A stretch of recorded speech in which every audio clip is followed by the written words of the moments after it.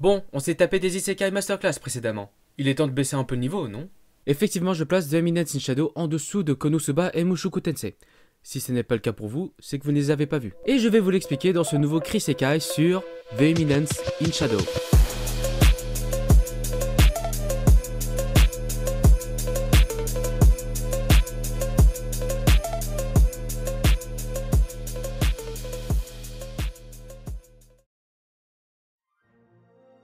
Pour faire cette vidéo, je me suis retapé toute la première saison parce que, comme je l'ai dit dans la vidéo sur Konosuba, j'ai une mémoire de merde. D'ailleurs, allez la regarder si ce n'est pas déjà fait. Et je me suis mise à jour sur la deuxième saison. Heureusement qu'il n'a que 12 épisodes, ce qui fait 32 épisodes en tout. En fait, c'est quasiment le même nombre que Konosuba si on ne compte pas le film. Alors en fait, un film a été annoncé. Ah! En ce qui concerne le manga, je ne les ai pas. Mais je lis en scan! Ouais, il faut faire des économies et être responsable maintenant. Hein. J'ai rien à dire sur le manga. C'est... ouais. Comme toujours, l'anime est meilleur. Bon, c'est quoi The Eminence in Shadow? The Eminence in Shadow ou Kage no Jitsu Ryo Kusha ni Nari Takute, en français, je veux devenir une personne puissante dans l'ombre, est un isekai dark fantasy et comique. C'est ce qui est écrit sur Wikipédia. Qu'est-ce qu'un isekai? Ok, j'arrête de forcer. Allez voir la vidéo sur Mushoku Tensei. Comment je force sur l'autopromotion? J'imagine pas qu'on aura une sponsor un jour. The Eminence in Shadow est à la base un roman publié en ligne qui a été adapté en une série de light novel, écrite par Daisuke Aizawa et illustrée par Tozai. La série a été adaptée en manga, dessiné par Henri Sakano. Il bénéficie aussi d'un spin-off en chibi tout kawaii, parce que ça vend quand c'est tout mignon, qui a été adapté en animé. Ouais, la série originale a été adaptée en animé avec 2 saisons et un futur film par le studio Nexus. Nexus? Non, pas ça, pas ce jeu de mort. Ah, non. Ah. Jouons à un autre jeu. Ça, c'est The Eminence in Shadow Master of Garden, le jeu mobile et PC de la série, dans lequel il y a d'ailleurs des histoires originales qui ont soit été écrites par l'auteur original, soit supervisées par celui-ci. Et vous savez ce qu'il y a de marrant derrière tout ça? C'est qu'avec ces histoires originales, ils en ont fait un spin-off en manga dessiné par Kanko. Eh ben... Bon, ça parle de quoi The Eminence in Shadow? Minoru Kageno est un jeune lycéen d'apparence normale la journée, mais la nuit, il joue les justiciers. C'est Batman. Cet homme a pour ambition, depuis sa tendre enfance, d'être l'éminence de l'ombre. Ne me demandez pas ce que c'est, j'en sais rien. Toujours en quête de puissance, il veut surpasser la pire création de l'humanité, la bombe atomique. Cependant, son objectif est hors d'atteinte. Il lui faut l'impossible. Genre, du mana comme dans les œuvres de fiction. Un soir, en cherchant le mana en se cognant la tête sur une pierre, il est débile ou quoi? Il voit la lumière et se fait renverser par un camion. Ah ouais, spécial le spécimen. Ça fait combien de fois qu'un mec se fait renverser par un camion déjà? Faisons une liste des causes de mort des personnages principaux à partir de maintenant. On va voir s'il y a du changement. Il se fait donc réincarner dans un monde fantastique, rempli de mana, la chance. Sa quête de devenir l'éminence de l'ombre peut enfin commencer. Et il a pour nouveau nom Sid. Non, pas lui. En vrai, je préfère l'autre. Bon. Là, on a affaire à un Chunibyo. Un Chunibyo, c'est une phase qui se passe principalement avant ou pendant le collège, dans laquelle on se fait des films sur notre identité, qui est souvent influencée par les livres, les animés, les films, les mangas, et j'en passe. Par exemple, moi, quand j'étais petit, j'étais matrixé par le jeu Kingdom Hearts. Et dans ma tête, j'étais un porteur de 2 Keyblades parce que c'était stylé. Après, ma situation était discrète, hein. Les vrais Chunibyo sont comme ça. Mon nom est Schwartz. Je suis aussi sombre que les abysses, et aussi lumineux que le crépuscule. J'ai un pouvoir caché en moi, mais ce n'est pas un pouvoir. C'est une malédiction que je ne peux contrôler. Et c'est pour ça que je me cache dans le... Oh non, non, non. Ah! Ça commence. Fuis, fuis. Je ne peux pas le retenir. Ah! Fuyez! Fuyez! Avant que ce soit trop tard! Ah!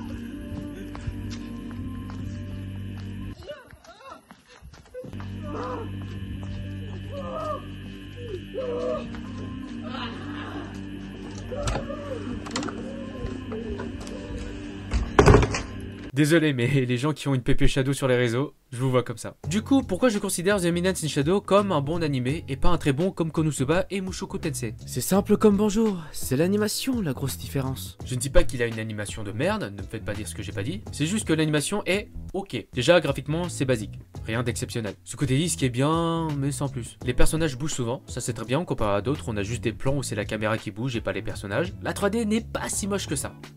Y a pire. Mais vraiment pire. Alors les combats, c'est pas fou. Mais ça fait le taf. Il n'y a pas d'animation fluide, mais il y a des techniques qui sont franchement bien efficaces. Il y a ce que j'appelle la technique schling. C'est juste de la lumière en forme de coupure et un bruit d'épée. Et si on enchaîne les schlings, ça donne ça. Il y a aussi la technique splash. ou c'est juste un G200, une classique celle-là, ou bien le Schling fond noir. Ah ça, c'est plus qu'un classique celui-là. Ce que je veux dire derrière tout ça, c'est qu'il n'y a pas beaucoup d'animation pure dans les combats. Ce que je considère comme tels sont par exemple, tiens, Konosuba et Mushoku Tensei. On voit de la fluidité, du mouvement, on ressent le combat. Là, on ne ressent que les impacts, juste la puissance et pas le combat en tant que tel. L'excuse du « ouais, mais ils sont tellement rapides qu'on ne les voit pas vraiment combattre ». Ok, mais c'est nul. Je retrouve les mêmes sensations que dans le manga qui n'a pas de mouvement. Après, ce que je trouve plutôt bien fait, ce sont les effets spéciaux. Surtout le fameux El Famoso.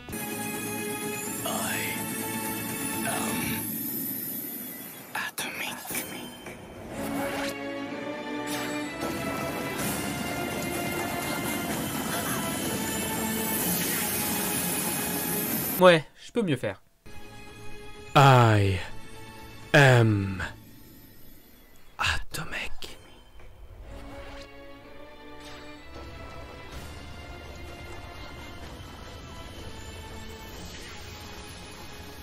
Pardon, je voulais essayer. Conclusion, l'animation est bien. Juste bien. Après, il y a un petit détail que j'ai apprécié. Au début de la première saison, lors du raid pour sauver la sœur de Sid, quand ils étaient petits, eh bien, quand il a tué le chef de la bande, on remarque un pendentif avec une photo dessus. Si vous avez bien retenu cette scène, vous devez sûrement avoir compris que la possédée qui était avec Alexia était en fait sa fille, car on revoit le même pendentif. Bon, je sais pas où il l'a caché dans son corps amorphe, mais j'aime beaucoup ces petits détails-là. Au sujet de l'histoire, c'est... ouais. Ça partait bien au début, hein, Diabolos et tout ça. C'était intéressant. J'étais dans le truc avec le délire société secrète, ne pas faire confiance aux autres, même les hauts placés. Mais là, avec la révélation à la fin de la saison 2, on va pas se mentir, ça part en couille. Maintenant, il y a une histoire de plusieurs dimensions, comme quoi le mana, Diabolos, etc. ça vient d'une autre dimension et que les dimensions s'influencent entre elles. La facilité. On dort. Ah vraiment, quand j'étais déçu quand j'ai vu ça. C'est comme si tu préparais un bon repas pour finalement commander un tacos parce que t'as la flemme. Décevant. Et puis à la fin, le boug retourne dans son ancien monde. Ouais, ça y est. Je m'attendais à plus de mystère, à une réponse plus recherchée. Bon bah, tant pis. Au début, j'allais critiquer sur le fait qu'il n'y ait que des femmes dans le Shadow Garden, mais en fait, les possédés ne sont que des femmes, donc c'est justifié. Mais, quand même, il pourrait y avoir des hommes, non? À ce que je sache, Sid n'est pas un possédé, donc il pourrait y avoir des hommes qui pourraient les aider. Plus on est, plus ce sera simple. Les affrontements sont généralement des hommes contre femmes. Les femmes sont les gentils et les hommes sont les méchants. Ouah, ça a l'air féministe tout ça! Ouais, les femmes sont dirigées par un homme qui est persuadé de les avoir manipulées pour qu'elles rentrent dans son jeu de rôle qui s'avère être vrai, ce qui montre que les femmes sont facilement manipulables. Bien sûr, j'exagère. Bon, un peu trop. C'est juste que ça me saoule de voir des meufs qui aident le perso principal, ce qui crée un harem sans intérêt. Wow, je crois qu'on a l'impression que je n'aime pas The Eminence in Shadow, alors que j'aime bien. Passons sur un côté plus positif. Je pense que vous l'avez compris, mais l'histoire n'est pas la grande qualité du manga. Ce qui me fait aimer l'œuvre, c'est Sid, le personnage principal. Ok, c'est un Chunibyu, cependant, quand ton imagination devient réelle, alors ce n'est plus un Chunibyu. Bon, dans son cas, il ne sait pas ce qu'il raconte est vrai, mais passons. Pourquoi j'aime le personnage de Sid Kageno, ou aka Shadow? Parce que c'est un putain de gamin. Qu'est-ce que vous feriez si vous étiez dans un autre monde tout en étant cheaté et un Chunibyu? Réalisez vos plus grands rêves de protagoniste. Ce gars réalise les plus grands rêves de tout Chunibyu. Être chef d'une organisation qui agit dans l'ombre tout en gardant une apparence faible au quotidien, jouer une double identité en gros, participer à un tournoi incognito en jouant un personnage à l'apparence faible mais qui est surpuissant en réalité pour surprendre le monde, faire un 1v2 parce qu'il est trop fort. Je vais pas vous mentir, mais j'aimerais trop être à sa place. C'est trop stylé, putain. Il est vraiment le protagoniste qu'il pense être. En plus, il en a conscience de ce qu'il fait est stylé. Il prépare des mises en scène carrément pour montrer à quel point il est stylé. Bon, il a beau être stylé, mais c'est aussi un petit con. Lorsqu'il fait des meetings avec des membres du Shadow Garden, ou même lorsqu'il a des conversations importantes, soit il n'écoute absolument rien et se concentre sur son show de Chunibyu, soit il comprend de travers et entend ce qu'il va entendre. Ce gars me fume, il n'en a tellement rien à faire. Il est désintéressé de tout, sauf de sa gueule et de l'argent.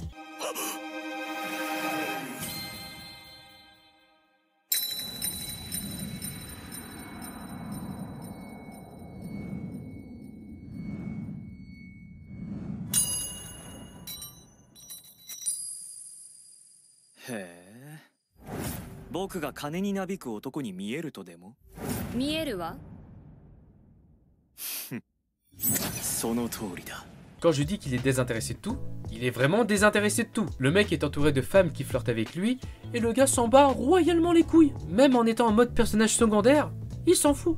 All my homies are not simp. Il pense qu'il joue bien le personnage pas intéressant, mais le gars est indifférent face à Alexia qui est censée être la plus belle fille du bahut. Il devrait avoir les mêmes réactions que ses potes car eux ils sont vraiment les personnages secondaires qu'ils sont. Il essaie d'éviter d'attirer l'attention mais il fait tout l'inverse sans le faire exprès. Quel malchanceux. Et dès qu'il a l'occasion de jouer le personnage secondaire, ah là, il n'hésite pas à le faire. Sid est quand même marrant et stylé à la fois. Bravo. Ah aussi, le boug a fait du piano mais il ne connaît qu'un morceau. Normal que c'est son préféré vu que c'est le seul qui sait jouer. Parlons un peu du côté sérieux du personnage. Oui, parce qu'il peut être sérieux parfois, mais que sur un sujet.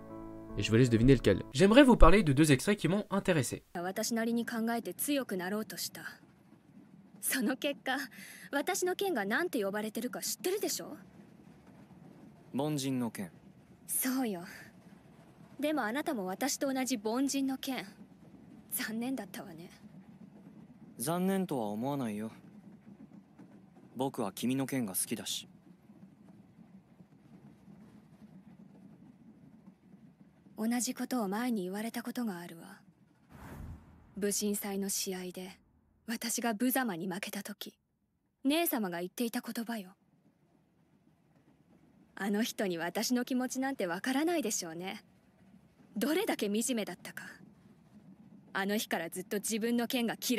Bon, je ne vais pas faire une disserte dessus, donc je vais résumer. Là, en gros, Sid sous-entend qu'Alexia ne déteste pas son style d'escrime. Ce n'est pas de la haine qu'elle a, mais de la frustration. Parce que, comme il le dit, j'enrage si on cherche à nier ce que j'aime. Comment prouver ce que je dis? Bah, si Alexia déteste vraiment son style d'escrime, elle n'a qu'à le changer. Or, elle a toujours gardé le même. Mais la chose dont je veux vous parler est la mentalité de Sid. Comme je l'ai dit précédemment, ce gars s'en fout de tout. Mais dès qu'il s'agit de choses qui tiennent à cœur, là, il devient plus sérieux. Ses ambitions ne collent pas aux normes de la société et il est donc laissé seul face à lui-même. Alors, dès qu'il rencontre une autre personne dans une même situation, il n'hésite pas à l'aider pour qu'elle ne vive pas la même solitude qu'il a subie et ne pas renier ce qu'elle aime. Passons au 2e extrait qui confirme mes propos.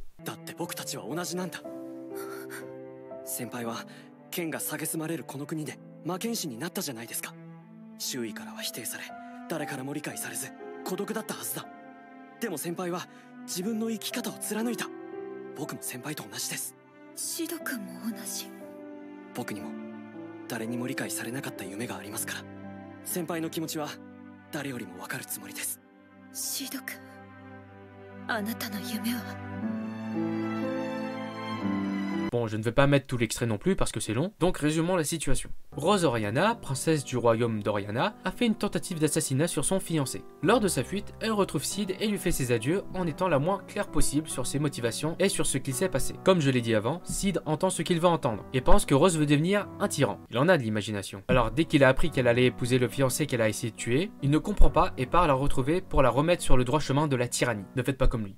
C'est comme encourager un aspirant dictateur. Pour vous montrer à quel point il est sérieux, le gars il s'est infiltré dans sa chambre, lui a tenu la main alors qu'à chaque fois qu'on lui tenait la main il s'échappait, et tenait un discours similaire à celle d'Alexia à ne pas renier ses ambitions. Ok, le passage est assez drôle vu que Sid comprend de travers la situation, mais ses propos sont sincères et encourageants si on enlève le fait qu'on parle de tyrannie. Sid est un homme qui respecte ce que les autres aiment et peu importe la chose qu'ils aiment. Ça me rappelle sur Twitter, des gens se moquaient d'un éboueur qui aimait son métier. Quelle indignité. Passons aux autres personnages. Les femmes, parce qu'il n'y a que des femmes. D'abord, les membres du Shadow Garden, plus précisément des Seven Shadows, parce qu'il y a trop de meufs. Nous avons Alpha, Beta, Gamma, Delta, Epsilon, Zeta et Eta. Dans le Shadow Garden, soit t'es une lettre grecque, soit t'es numérotée. Les lettres ont été sauvées par Shadow en personne et les numérotées sauvées par d'autres membres, I guess. Elles ont toutes leur propre personnalité, qu'on identifie clairement et des plus originales. Alpha, la leader sérieuse, Beta, l'écrivaine, Gamma, la businesswoman maladroite, Delta, la louve, Epsilon, la complexée de ses petits seins, Zeta, la femelle du chat, et Eta, l'ingénieuse fatiguée. Ok, j'ai menti sur l'originalité. Honnêtement, je ne les trouve pas intéressantes. Sauf peut-être Alpha, mais le reste, Osef. Déjà, on ne connaît pas leur passé, à part le fait qu'elle soit dépossédée. Et en plus, on ne donne pas envie de le connaître. La seule qui fait exception, c'est Alpha, avec sa ressemblance avec Olivier et le fait que Béatrix est à sa recherche. Le reste, il y a eu un moment où Delta bute un de ses frères et on apprend qu'elle a une grande famille. Bah, ok. Cool. Si les persos eux-mêmes s'en foutent de leur passé, au moins on apprend à les connaître. Elles ne sont pas mises en avant, sauf dans 2 épisodes. Dans l'épisode 10 de la saison 1 et l'épisode 8 de la saison 2. C'est cool ça. On les voit plus, on prend connaissance des relations entre elles, on met leur personnalité en avant. Non, je déconne, les épisodes puent la merde. C'est juste du fanservice. En parlant de fanservice, je ne vais pas vous numéroter le nombre de fois où j'ai vu des angles chelous et des moments avec des femmes dénudées. Surtout sur Delta. La pauvre. Elle a quel âge d'ailleurs ?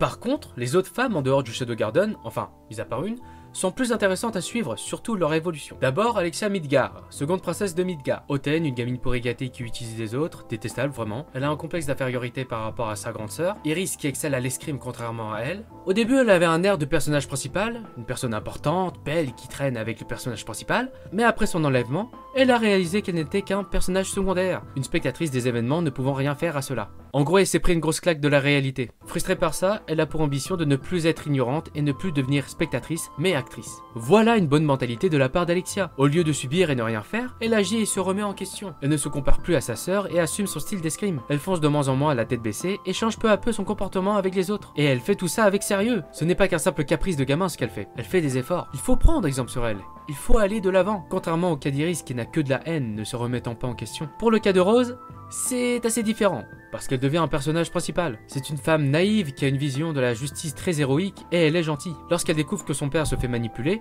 elle agit. Elle décide de s'occuper de la situation seule. Elle en prend la responsabilité, ce qui fait preuve de maturité. Mais elle se soumet à l'ennemi, ce qui va à l'encontre de sa volonté. Heureusement qu'avec l'intervention de Sid, elle reprend son destin en main et fait ce qu'elle a à faire. La situation est similaire à Darkness dans Konosuba, sauf que là, Rose ne se fait pas sauver. Elle agit de son plein gré. C'est bien, ne soyez pas victime de votre situation. Agissez comme Rose. Et si ça se passe mal, faites comme Alexia. Remettez-vous en question et allez de l'avant. Attends, je suis qui pour dire ça, moi? En conclusion, The Eminence in Shadow est un animé bien animé avec une histoire pas ouf et avec peu de personnages intéressants, mais possède un personnage principal marrant et badass qui carry l'animé. The Eminence in Shadow, c'est pas mal. Je me demande de ce qu'en pense Nelly.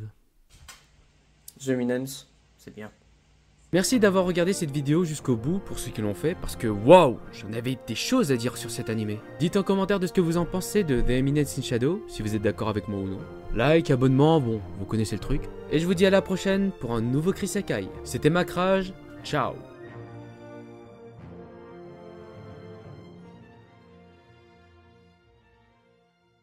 En tant que fan inconditionnel de Mushoku Tensei, je dois dire que ça fait bien du mal de voir la commu. Sinon, si t'es chaud, j'aimerais bien un épisode du Ryojo Senki. J'ai beaucoup aimé l'animé, même si je sais pas s'il y a grand chose à dire dessus. C'est noté.